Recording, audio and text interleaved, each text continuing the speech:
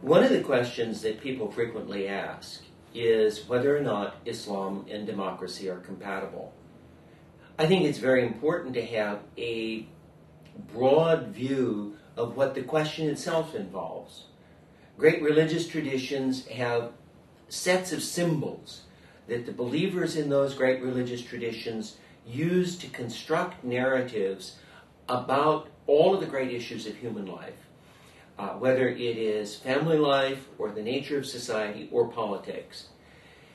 However, the great religious traditions like Christianity and Judaism and Islam all have the major symbols as symbols that can be put together in different packages so that there is no single Islam that one can then say, is Islam compatible with democracy?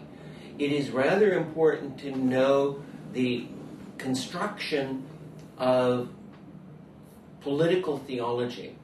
It's possible to create an authentically Christian theology of authoritarian rule, as was done with the divine right kings. And similarly, it's possible to do that within Islam, that it is possible to construct an Islamic worldview or an Islamic political program that is authentically Islamic and authoritarian.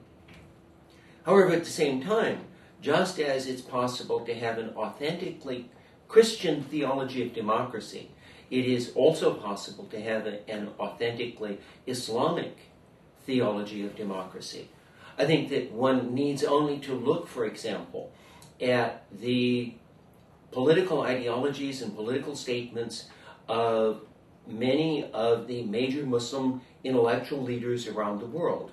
Someone like Abdurrahman Wahid, the former president of Indonesia and the former head of one of the largest Muslim organizations in the world, has a strong commitment to Islam, and he is a strongly committed Democrat, and he sees his advocacy of democracy and his advocacy and his belief in Islam as being not just compatible, but being an integral part of a single synthesis of moral politics inspired by Islam.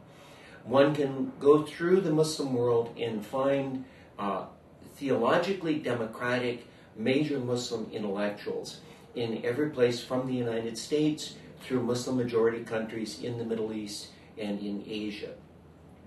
I think in that context, then, it becomes very important for people who want to support global projects of encouraging democracy and global projects of encouraging pluralism and open toleration. I think it is important for those kind of advocates, whether they're Muslim, Christian, Jew, or Hindu, or Buddhist, to make sure that they don't misidentify people as enemies when they might be allies. I think too often people in the West simply generically identify Islam in some way as being authoritarian or as being violent. And I think what that does is it undermines efforts to create a better sense of global security, because we lose potential allies that would be powerful forces for encouraging democracy and reducing religious violence and terrorism around the world.